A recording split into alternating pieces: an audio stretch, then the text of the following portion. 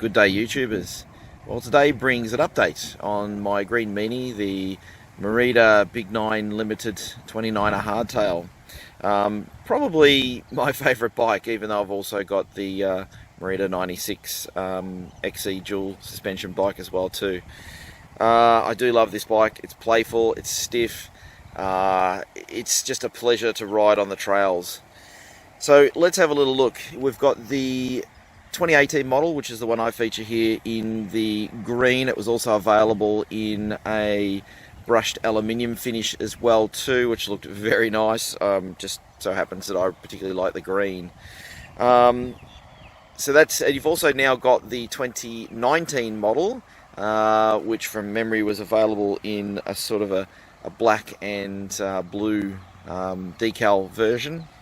There's a price difference between the two. The original RRP of the 2018 model was 18,990 Australian, and the 2019 model is 15,990 Australian. So the most important part between those two model years is it's the same frame, and that's why I originally brought this particular bike. I brought it for its frame. An aluminium hardtail bike with 12mm through axle, built on the same geometry, the same frame design as their high-end carbon race version. So to me that was the most important part. The parts to me weren't important. I just particularly wanted the frame itself. I already had a lot of the parts that I was going to put on it and upgrade to bring this thing up to basically a true race bike, but just based on an aluminium frame. I've always had fascination with aluminium. Even my current road bike now has gone back to aluminium.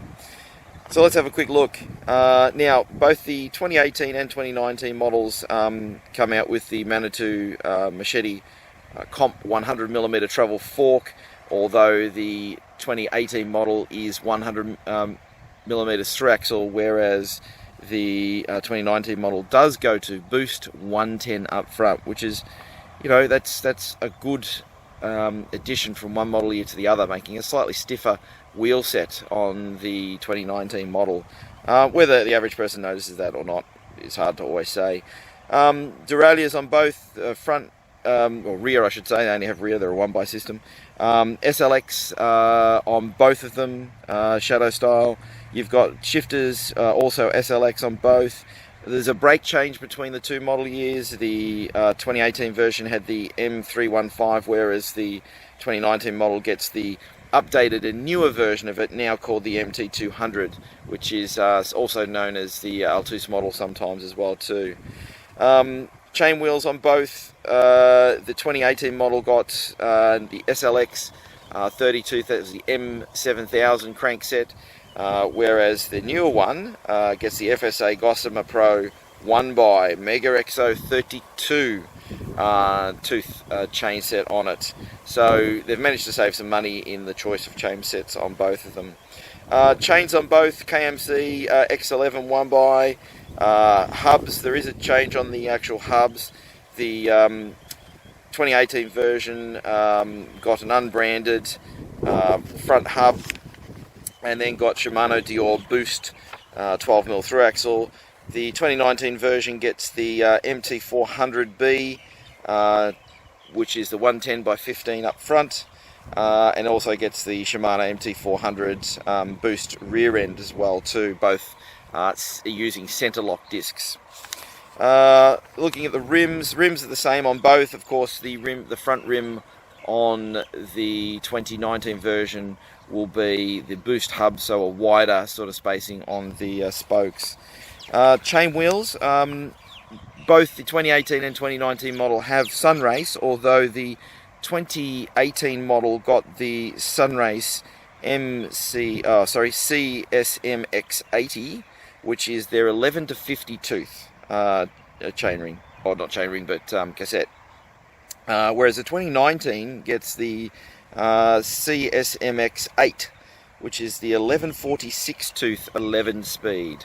So a difference there between the two, and also another slight money saving, obviously, on producing these things, hence the difference in price. stock tyres on both are the same. The Maxxis Icon 29 are 2.2 foldings. Spokes, stainless steel on both. The handlebars are the same as well too. The Merida Expert CC.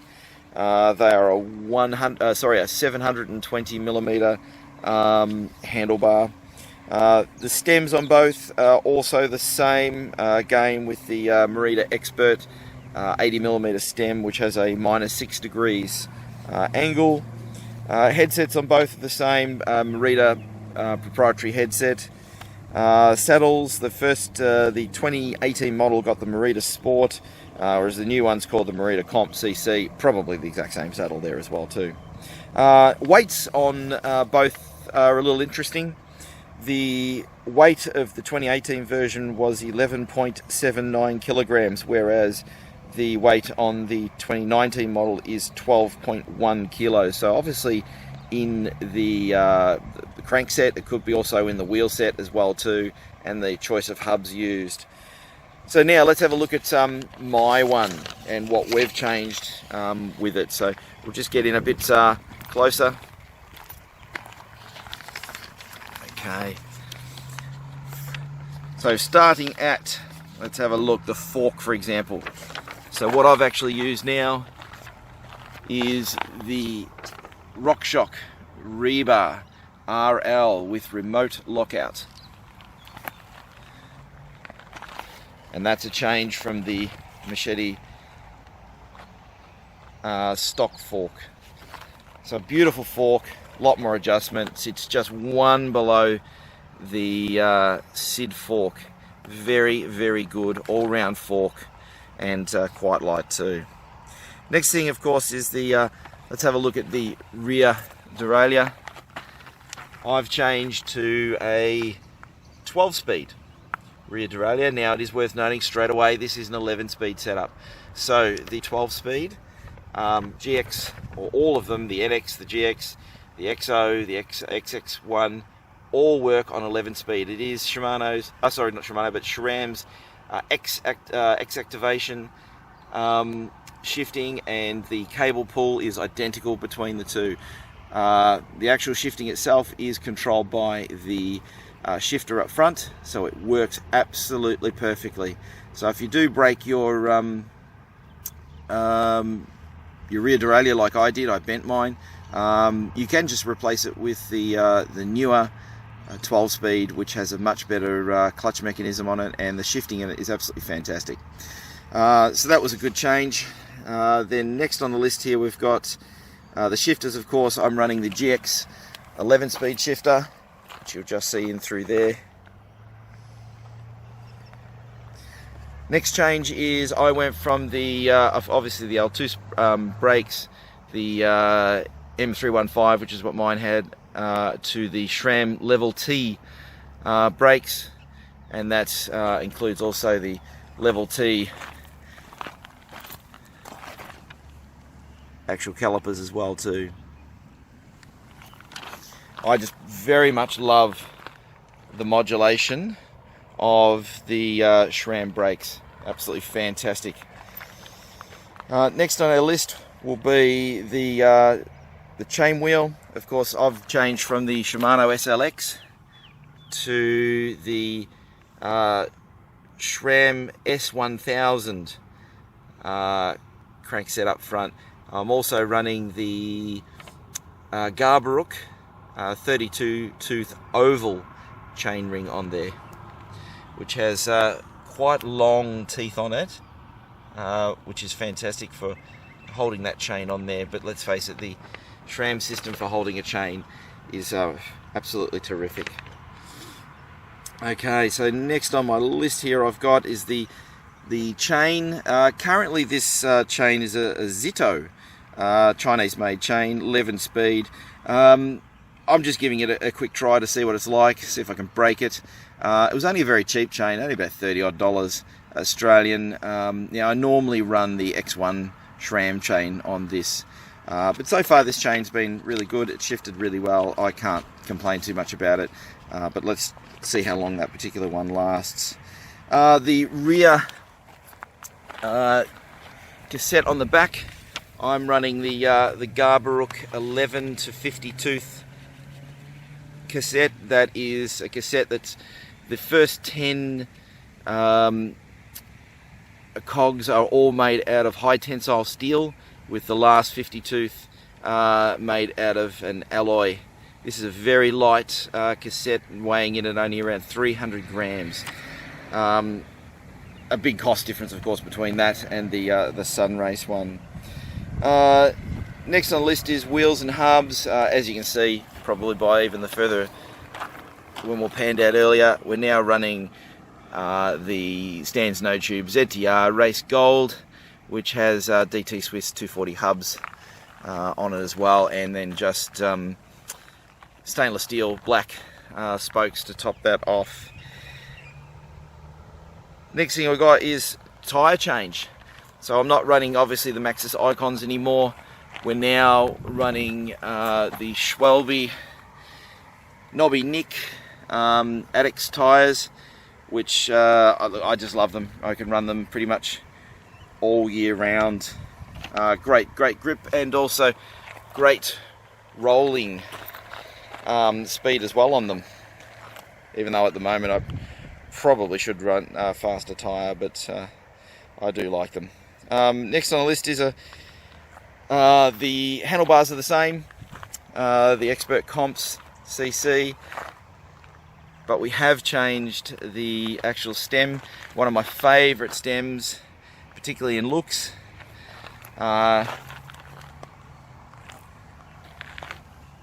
is the Shimano Koyak stem.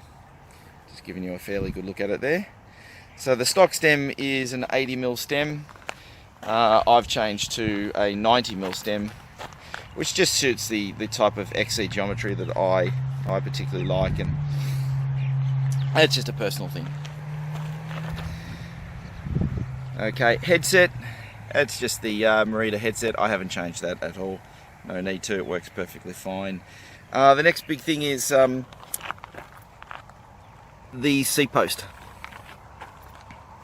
Now, the 2018-2019 model both have the same Merida branded Comp CC seat post, but I have actually fitted the X brand Ascend Dropper 120mm, which is absolutely a great value, bang for your buck dropper seat post.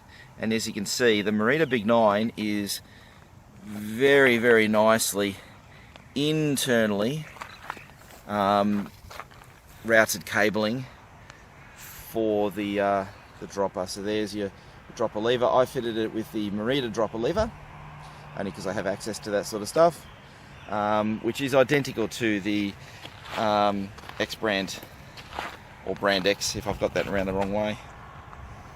Brand X it actually is, dropper seat post. One of the final things I did change, just for personal preference and also weight too, is I've gone for the Pro Logo saddle. This is the Narc Evo TR with the Triox rails, and with a nice splash of green in there. There's a little pink on the side, which was more for for looks than anything else, and I just had one available. Now the last thing I've got to say about this is the weight. So interestingly enough, this bike is lighter, which is what you would expect, maybe, than the 2018-2019 model. So originally this bike was 11.79 kilos.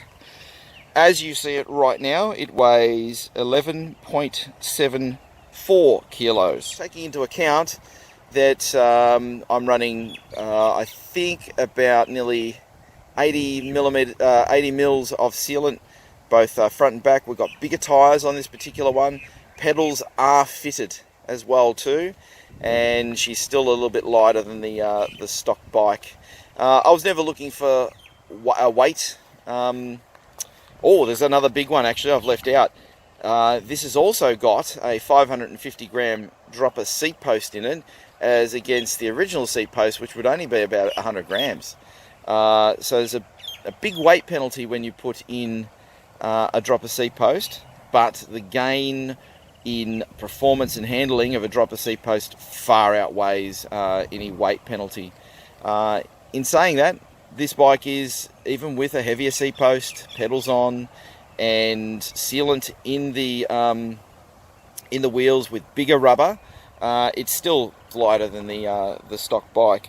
Sealant, just for those who would want to know, I'm running the Merida Cafe Latte sealant, which I've just found to be a great all-round, long-lasting sealant. I can generally get a good 6 months out of that sealant, and it's still performing and doing its job before I've got to take it out and re-top it up again, or clean it out and re-top it up again.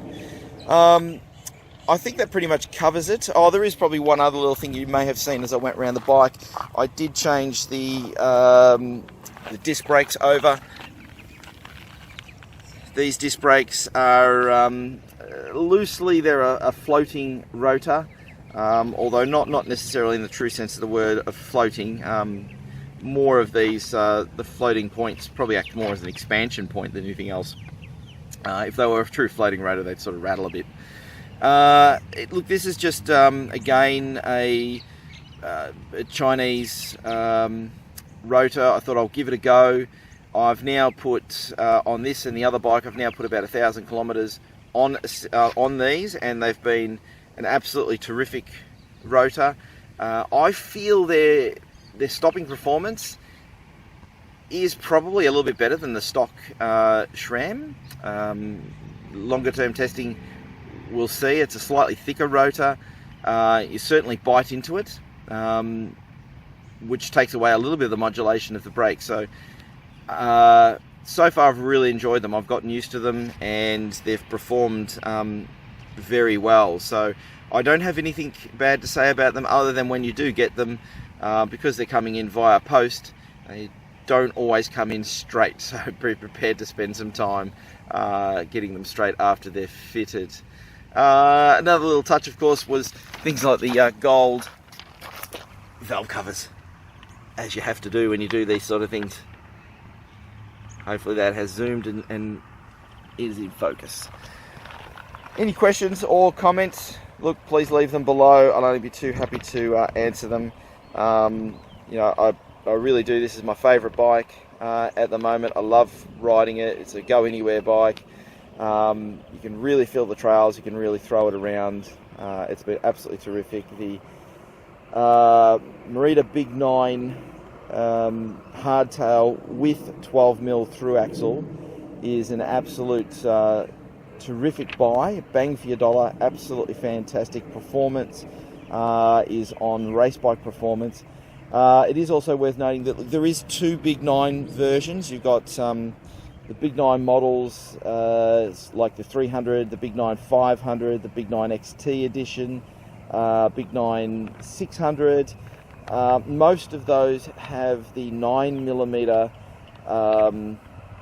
quick release dropouts on the rear, and it's a slightly different frame design.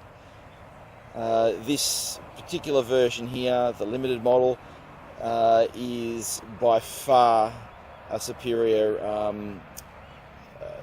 frame set, and I would really recommend getting this one. And look, at the current version at $15,990 Australian, that's not on, you know, that's not, it'll go on sale, and you'll find it'll probably get down to about $1,200, which is just an awesome buy for such a great frame. As I said again, any comments, leave them below. Thank you all so much for watching.